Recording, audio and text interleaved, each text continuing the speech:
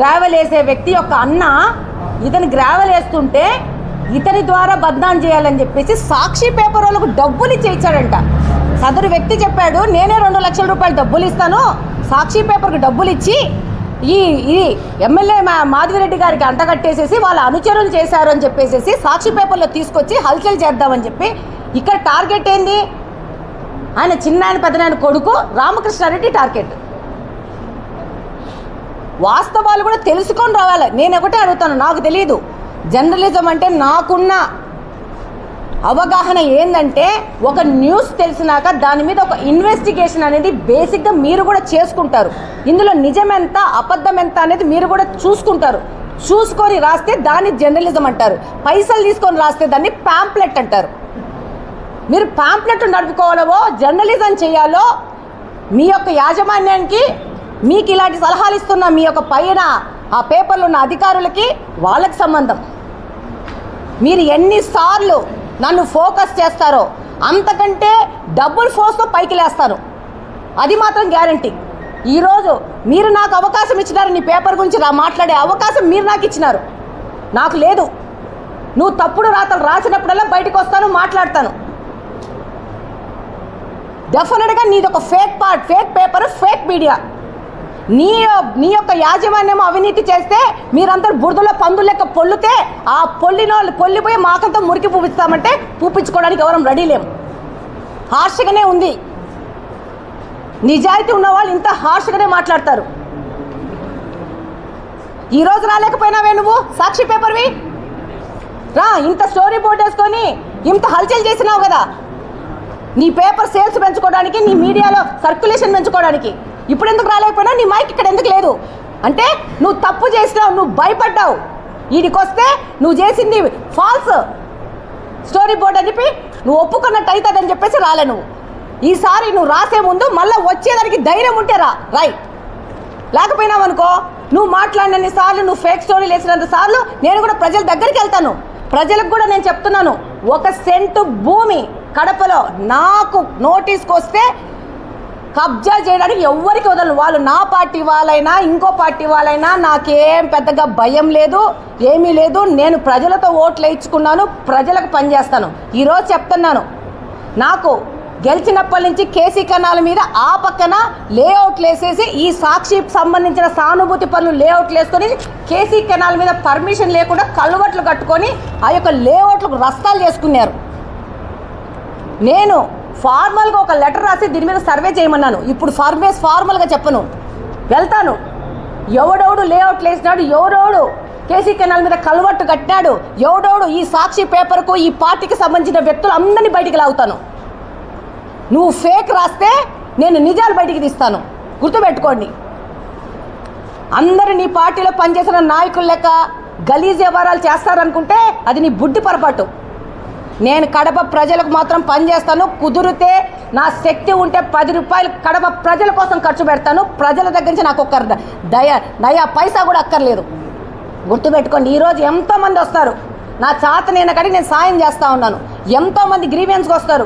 ఒక్కసారి గ్రీవెన్స్కి ఏ రోజు వచ్చి కవర్ చేసినావు నువ్వు? ఇక్కడ ఏం జరుగుతున్నాయో సిగ్గుండాల మనిషికి. నీ పేపర్ వాళ్ళు నువ్వు ఆర్థికంగా సాయం చేయకపోతే నా దగ్గరికి వస్తున్నారు సీఎం రిలీఫ్ ఫండ్ కోసం. సిగ్గుపడండి సాక్షి పేపర్ వాళ్ళు.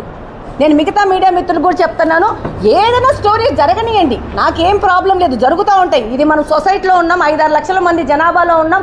మంచోళ్ళు ఉంటారు, చెడ్డోళ్ళు ఉంటారు, ఒక దుర్బుద్ధితో కార్యాలు చేసే వాళ్ళు ఉంటారు.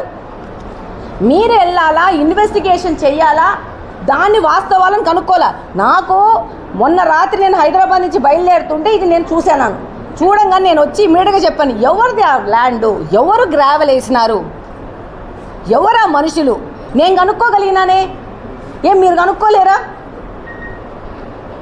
మీ చేత మాకంటే ఎక్కువ మీకు చేత అవుతుంది. మీకు ఈ వ్యక్తిని కనుక్కోవడం మీకు కాదా? నిమిషంలో కనుక్కోగలుగుతారు ఈ వ్యక్తి ఎవరనేది. వాళ్ళు నకాష్కి సంబంధించిన వాళ్ళు, ఇక్కడ స్థానికులు వాళ్ళు. వాళ్ళ అత్తగారు మామగారు ఇచ్చిన ఆస్తిది. ఏదో జరిగిపోతా ఉంది. మీరు అన్నారు ఇందాక బఫర్ జోన్లో వేసినారు అని చెప్పి వాళ్ళు రాసినారు. బఫర్ జోన్లో వేయలేదు.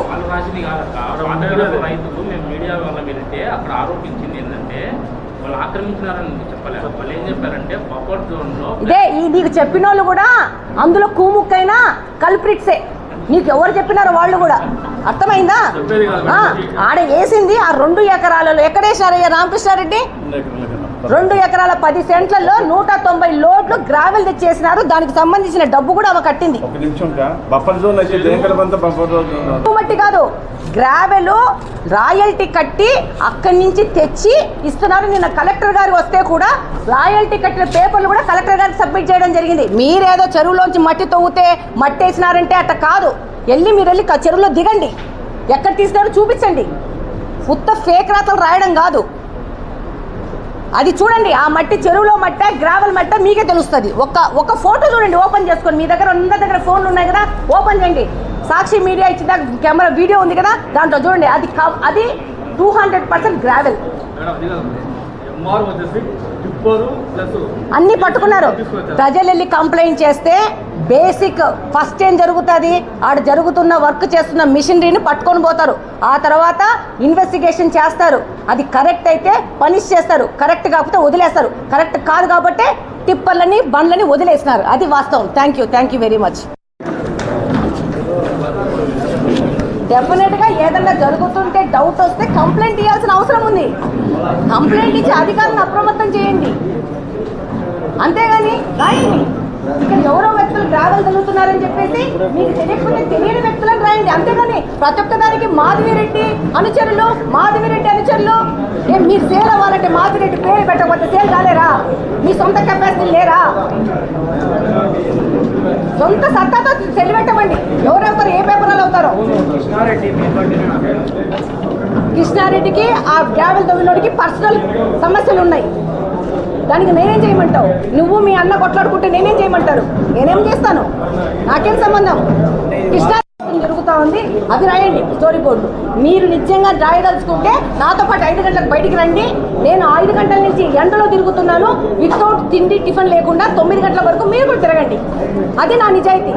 మీరు రాసే ఫేక్ స్టోరీలకంతా సమాధానాలు చెప్పుకుంటా నా టైం వేస్ట్, మీ టైం వేస్ట్. ఈరోజు నేను మడకడప స్వచ్ఛ పడకం పోవాల్సింది, ఇది క్యాన్సిల్ చేసుకుని ఈ యొక్క బేవకూఫ్ పట్టిక రాసిన దానికి సమాధానం ఇచ్చుకోవాల్సి వస్తుంది.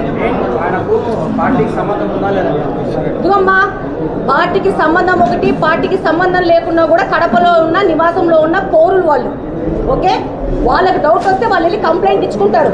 కానీ దానికి మాధవిరెడ్డికి సంబంధం లేదే. నువ్వు నా దగ్గరకు వస్తున్నావు, నిన్ను కూడా మాధవిరెడ్డి అని చెప్పి రాసేయచ్చు కదా.